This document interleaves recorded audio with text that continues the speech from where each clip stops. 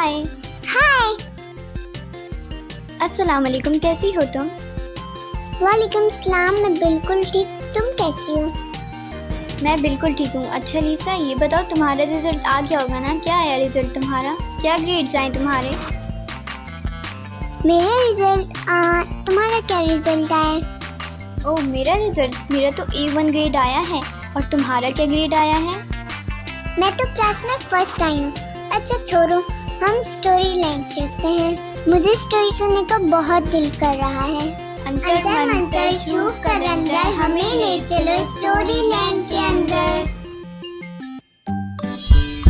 ओह, तुम कैसी हो तुम दोनों? हम ठीक हैं, तुम कैसी हो? ओ वाह, ये जगह कितनी खूबसूरत है। मैं ठीक हूँ और मैं तुम दोनों का ही इंतजार कर रही थी। वाह, ये कितनी प्यारी है। ये कौन है और ये क्या कर रही है? ये स्टोरी लैंड की लाइट फेरी है और इसका काम है स्टोरी लैंड की लाइट्स बनाना। ओ वाह, यहाँ स्टोरी लैंड में हर फेरी के पास कोई ना कोई काम है। चलो आगे चलते हैं।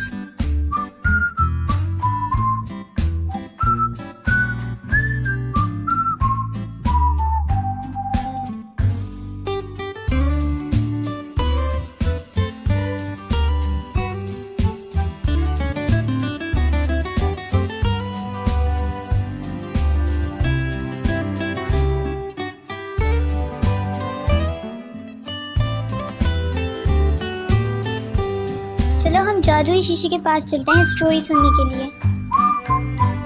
हाँ चलो चलते हैं। मैं तो बहुत एक्साइटेड हूँ स्टोरी सुनने के लिए। वैसे आज जादुई शीशा हमें कौन सी स्टोरी सुनाएगा? ये तो तुम लोगों को जाकर खुद देखना पड़ेगा।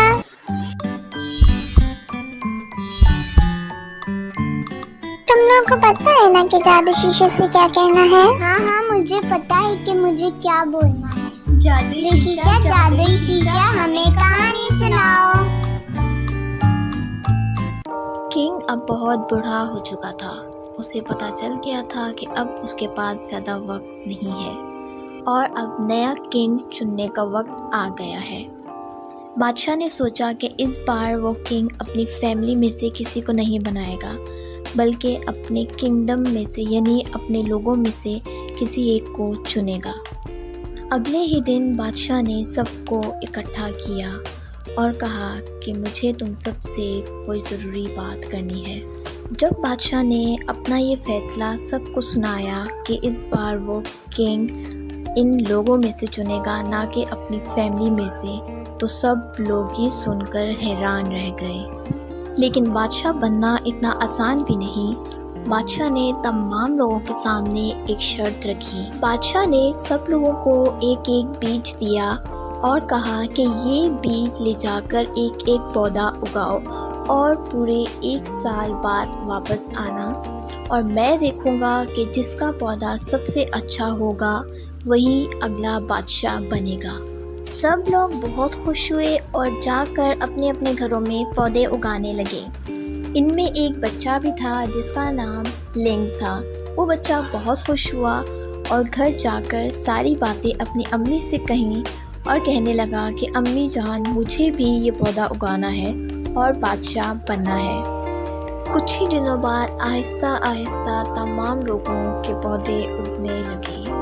सब लोग बहुत खुश थे और दिल ही दिल में यही सोच रहे थे कि यही बादशाह बनेंगे।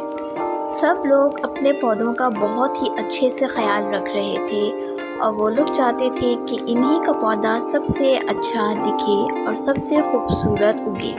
मगर लिंग के मटके में अभी तक कोई पौधा नहीं उगा था। लिंग जब बाहर गया तो उसने तमाम लोगों को आपस में बात करते सुना कि इन लोगों के पौधे उगना शुरू हो चुके हैं और कुछ के तो पौधों में फूल भी उगाए हैं। लिंग ने फ़ौरन से घर जाकर ये सारी बात अपनी अम्मी से कही और कहा कि अम्मी जान, तमाम लोगों के पौधे उगाए हैं मगर मेरे मटके में तो अभी तक एक जड़ भी नहीं उगी। लिंग की अम्मी ने लिंग को समझाया और कहा कि बेटा सब्र करो, तुम्हारा पौधा भी ज़रूर उगेगा। वक्त गुजरता गया और देखते ही देखते लोगों के पौधे बड़े होते चले गए और खूबसूरत होते चले गए, मगर लिंग का पौधा अभी तक नहीं उगा। लिंग पूरा दिन अपने मटके के पास बैठा रहता और अपना पौधा उगने का इंतज़ार करता। लिंग जब बाहर जाता तो तमाम लोग लिंग पर हंसते और इससे कहते कि तुम्हारा पौधा तो अभी तक उगा ही नहीं है, तुम कभी बादशाह नहीं बन सकते।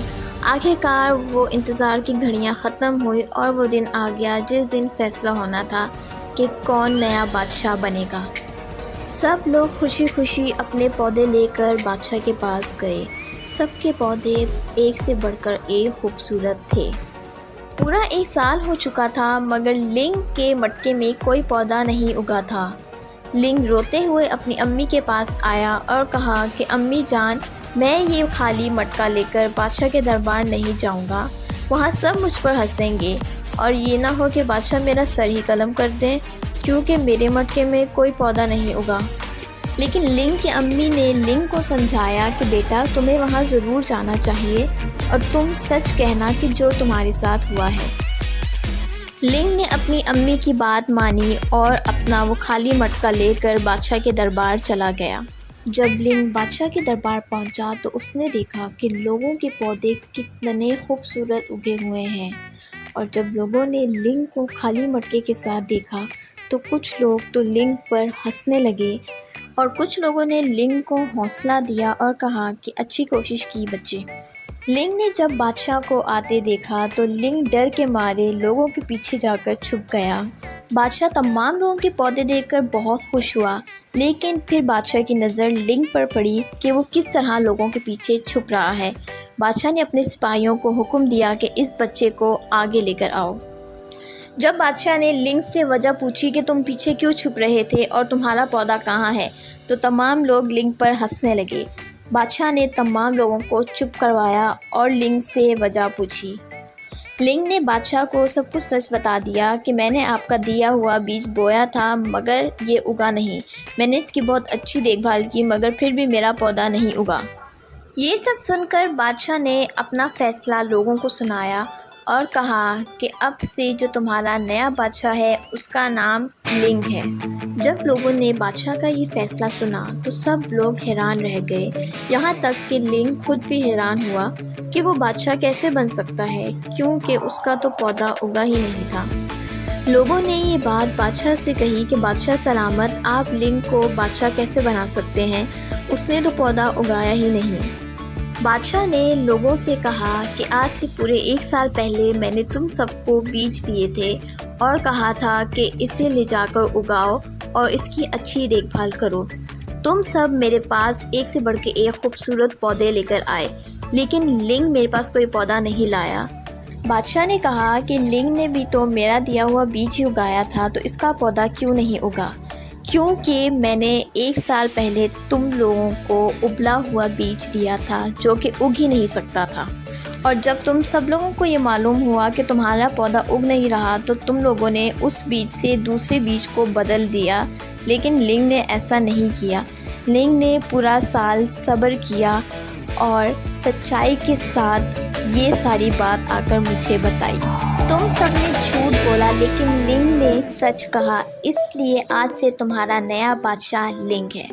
लिंग ने सच्चाई का बीज बोया, इसलिए आज वो बादशाह बन गया, और तुम लोगों ने झूठ का बीज बोया था, इसलिए आज तुम लोगों के हाथ सिवाय मायूसी के कुछ नहीं लगा।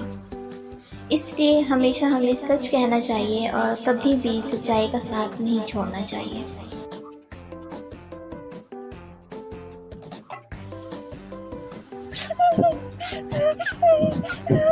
इधर देखो लीसा, तुम रो रही हो, क्यों रो रही हो तुम? क्या हुआ है तुम्हें? क्योंकि जैनी मैंने आज सुबह तुमसे झूठ बोला था। क्या झूठ बोला था? कैसा झूठ? वो जो तुमने सुबह आके मेरे से रिजल्ट पूछा था, वो मैंने फर्स्ट पोजीशन का झूठ बोला था। मेरी फर्स्ट पोजीशन नहीं आई है, मेरा बी ग्रेड आया है। जब तुमने सुबह आके बताया था कि तुम्हारा ए ग्रेड आया है, मुझे अच्छा नहीं लग रहा था कि मेरा बी ग्रेड आया, इसलिए मैंने झूठ बोला।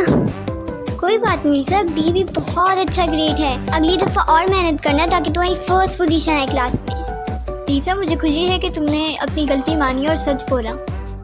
अब इस तरह रहने से कुछ भी नहीं होगा लीसा, चलो चुप हो जाओ। बस भी करो लीसा, रोना बंद कर दो अब।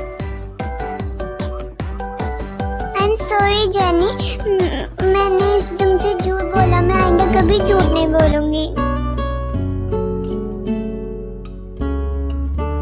इट्स ओके लीसा, कोई बात नहीं। चलो अब स्माइल करो।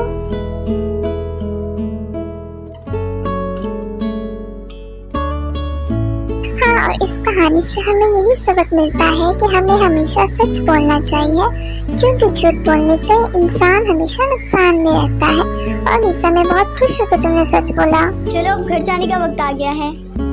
अंतर मंतर छू कलंदर, हमें ले चलो घर के अंदर। Okay bye.